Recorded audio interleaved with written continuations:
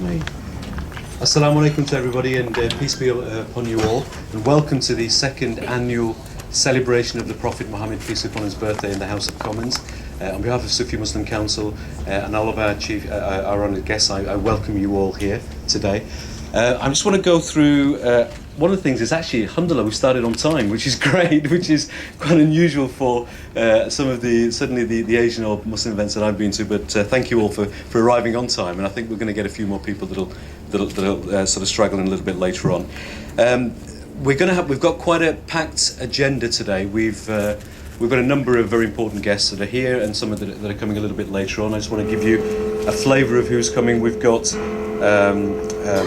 Dominic Grieve, Shadow Attorney General and Shadow Minister for Justice. We've obviously got Maulana Sheikh Hisham Kabani. We've got from the Islamic Supreme Council of America and National Haqqani Sufi Order, Dr. Hadi Miramadi from the World Organization for Research, Development and Education. Sheikh Abdul Basit from the Minhaj al-Quran International.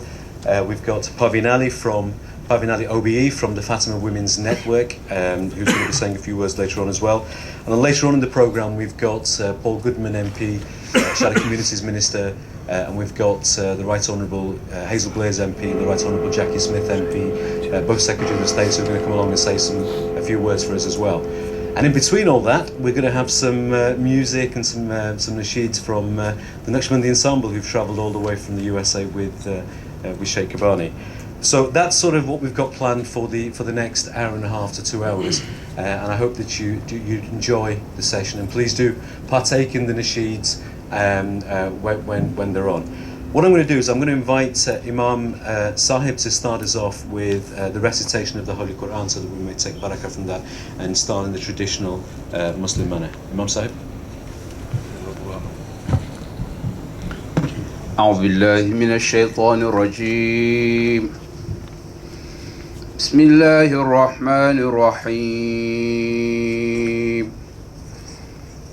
ولقد آتينا داود منا فضلا يا جبال أوبي معه والطير وألنا له الحديد أن اعمل سابغات وقدر في السرد واعملوا صالحا إني بما تعملون بصير ولسليمان الريح غدوها شهر ورواهها شهر وأسلنا له عين القطر ومن الجن من يعمل بين يديه بإذن ربه ومن يزغ منهم عن أمرنا نذقه من عذاب السعير يعملون له ما يشاء من محاريب وتماثيل وجفان كالجواب وقدور الراسيات اعملوا آل داود شكرا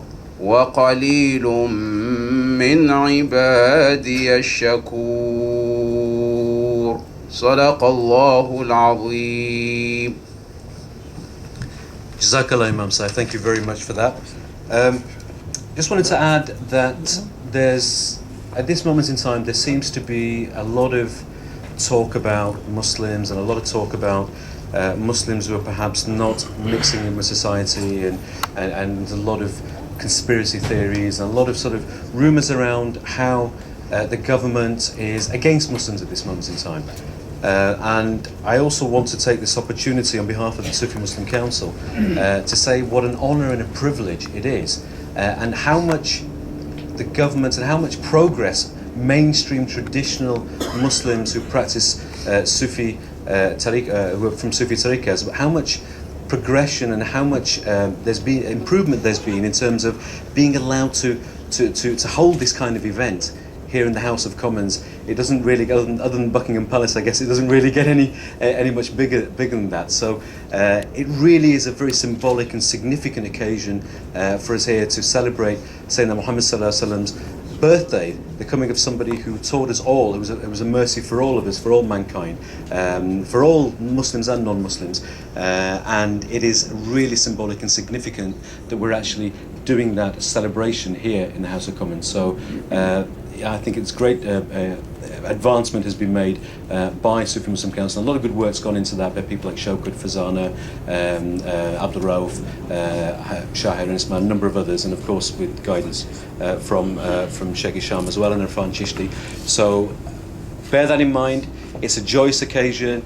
We are in a very powerful place in terms of the setting and in terms of the decision-making process in the UK, and it is really an honour for us to be here. What I'm going to do is ask the Naqshbandi Ensemble now just to start sort of the mood, get us in the mood for celebrating in the traditional manner that we're used to at the time of the Prophet ﷺ, and then for hundreds of years afterwards as well. And I'm going to ask them to set the mood, set the tone, and start us off with some nasheeds and some music that is going to praise the Prophet Muhammad, peace be upon him. So over to you, Naqshbandi Ensemble from America.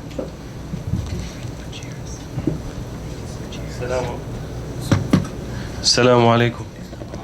Peace be upon you.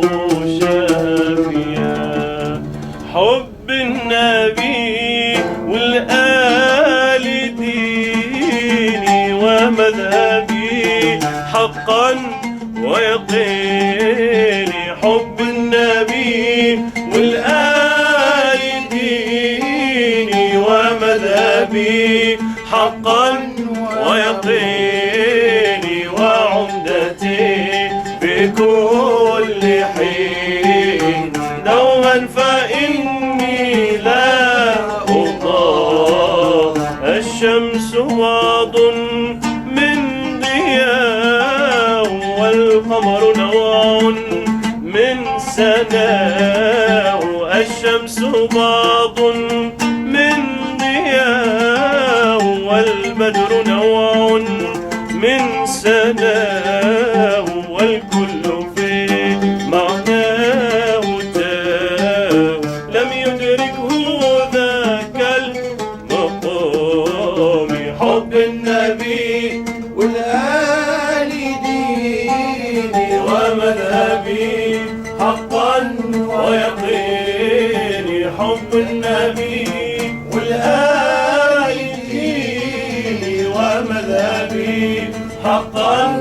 ويقيني وعمدتي في كل حين دوما فإني لا أضام أهدي صلاتي مع سلامي للنبي خير الأنام أهدي صلاتي مع سلامي للنبي خير الأنام والآل وصحب الكرام أرجو بهم حسن الختام حب النبي والآل ديني ومذهبي حقا ويقيني حب النبي والآل ديني ومذهبي حقا ويقيني وعمدتي في كل حين دوما فإني لا أصام.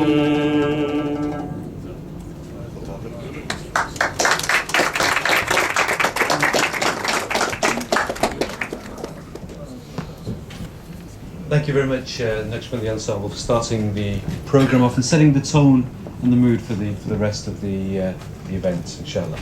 I'm going to ask now somebody who has supported and spoke at the very first Mawlid event, celebration of the Prophet Muhammad's birthday we had here in the House of Commons a couple of years ago, and has really been a supporter and actually is actually quite knowledgeable about Sufism himself. As I think I've said in the past, his first introduction to Islam was through Sufism, and I'll let him, I'm sure he'll mention that, and I'll ask that he talks about that. It's the Shadow Attorney General, he's also the Shadow Minister for Justice, and that's Dominic Grieve, MP QC.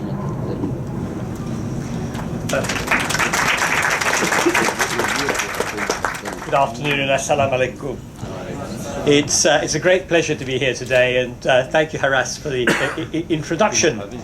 It is quite right that my first introduction to Islam was as a student travelling through Turkey in my first year at university, or the end of my first year at university.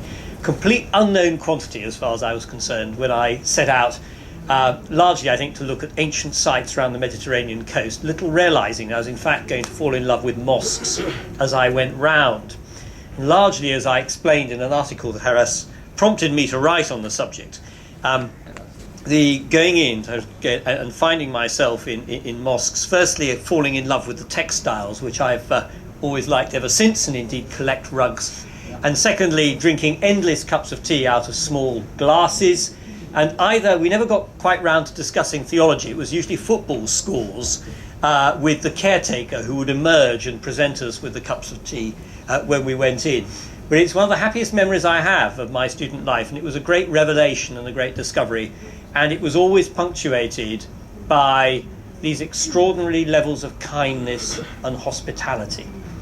I remember showing itself in the most, literally just after we'd crossed the Turkish border from Greece, and we'd been warned that we were disappearing into an unknown area and that we should be very, very careful, and the Greeks were actually very worried for our safety. And instead, the first thing which happened is that somebody came and presented us with a bag of apples. I can still see it. Dusk was falling on the road to Edirne, and he arrived, and I thought this was an Islamic or sort of Eastern hard sell, and then I realised it was a gift. And it kept us munching on apples all the way on the bus journey to Istanbul. So there's a facet of Islam which I think, unfortunately, many people in this country have very little concept of, and why the work the Sufi Muslim Council is doing is so important. Why I would love to be able to sort of, take thousands of people and take them off in a plane to Konya, and they can go to Mevlana's Tekke and actually experience something of the spirituality that Islam has to offer. And which for me as a Christian, I have to say to you, is very comprehensible, because it is, of course, the worship of the one God we share. And therefore, thank you very much for deciding to hold this event here, for coming to Parliament. I'm not sure whether we actually give off an aura of power. At the moment, there's a slight sense that we feel we're becoming powerless, and perhaps that's our own fault.